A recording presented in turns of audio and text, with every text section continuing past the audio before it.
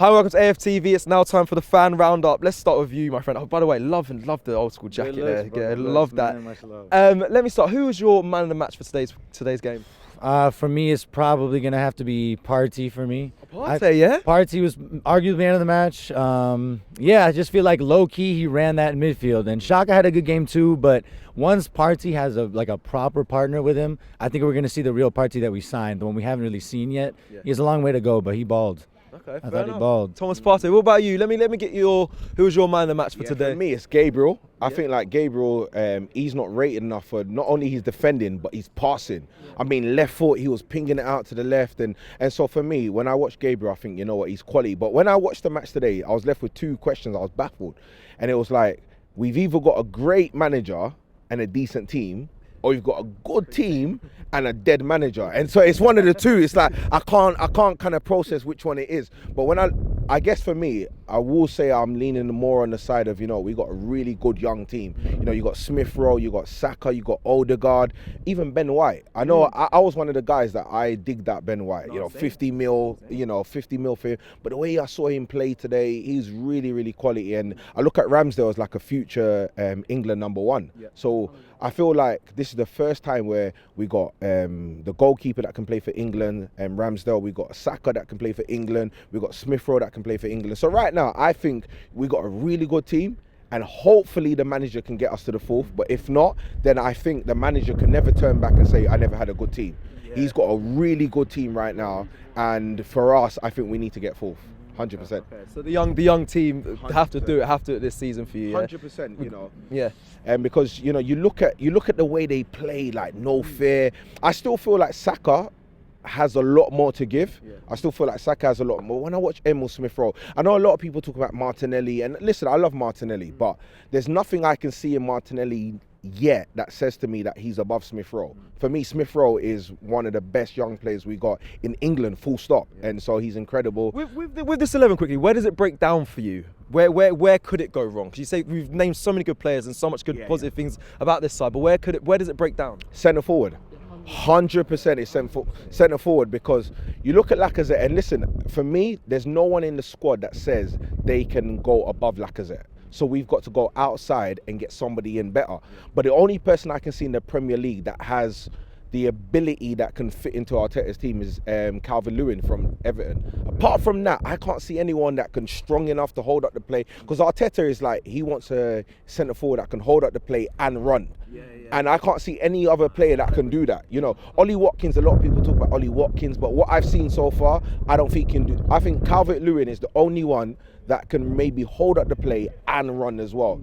And in the Premier League, there's no other strike. So for me, that's the only one place that we fall. But I think that's what Arteta's going to be judged on. Defence-wise, listen, we used to cuss Wenger, saying that we can't defend, that we're weak. I remember watching Wenger's teams, and it's like we was always last-ditch tackles and running back. But this was the only time where I've watched our team and think, you know what, we can handle it defensively.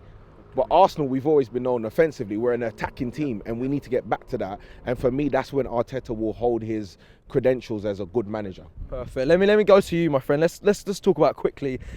I know it's a bit of a negative, but the jacket situation, the armband. Did you see it? Are you confused by it? Do you know what kind of went down there? It's one of them. What player in their right mind turns down having the captaincy for 1 minute? I would pay millions just to have that captaincy on that pitch for 30 seconds. Are we thinking too much into it? Xhaka's leader enough. Does he need to wear it? He's loud enough. Does he need to wear it? Maybe not. But still, if anyone offers you that captaincy, you don't turn it down. Take it. Let me come back to you in a second. Let me speak to you about Pepe. Came on for the last, I think, 20 or 30 minutes. Were you happy to see him? Yeah, I thought Pepe looked really lively, down that wing. He was coming in, creating things, and I thought he should have had a penalty, to be honest, if not a free kick. I don't quite know where he was brought down, but he was definitely brought down, maybe just outside the box, and the ref didn't give it. But yeah, I thought he was really lively, and that's all he can do. When he gets the chance, he needs to take it, and that's how he can cement his place in the team. Okay, let me speak to you about Mikel Arteta and getting this top 4 position. Is it possible? Do you trust in Arteta for it?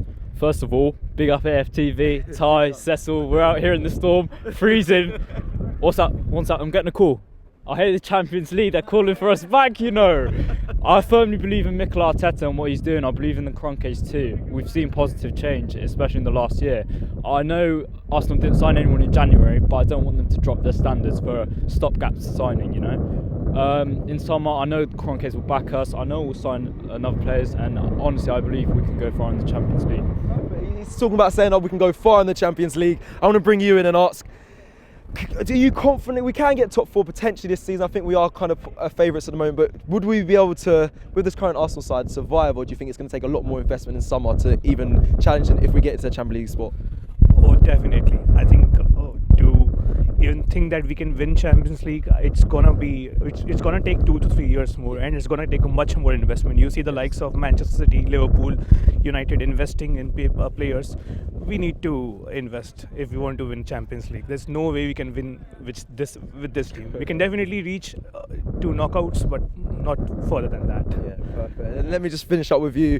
2-1 today. Finish up with this last question. Just how was it for you, my bro? 2-1 win against Brentford off the back of last week as well, the 1-0 against Wolves.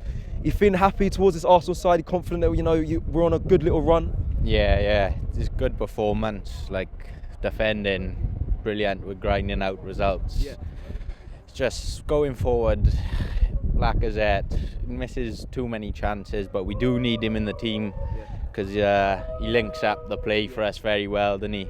But I just need to ask how Smith Rowe doesn't get into this side is beyond a joke. Like what? Oh yeah, jeez. Yeah, he's our top goal scorer. He comes off the bench, scores goals. Started today, my man of the match. What more does he have to do to get back into this team? So he stays in the side for you next week? Yeah, 100%. He stays in there. Personally, I rate Martinelli, don't get me wrong, but Smith Rowe stays in there for me, definitely. Listen, that's it for the fan roundup. It's freezing. Storm Eunice is getting me blitz. So thank you for watching. Don't forget to like and subscribe, and we'll see you next week. Peace.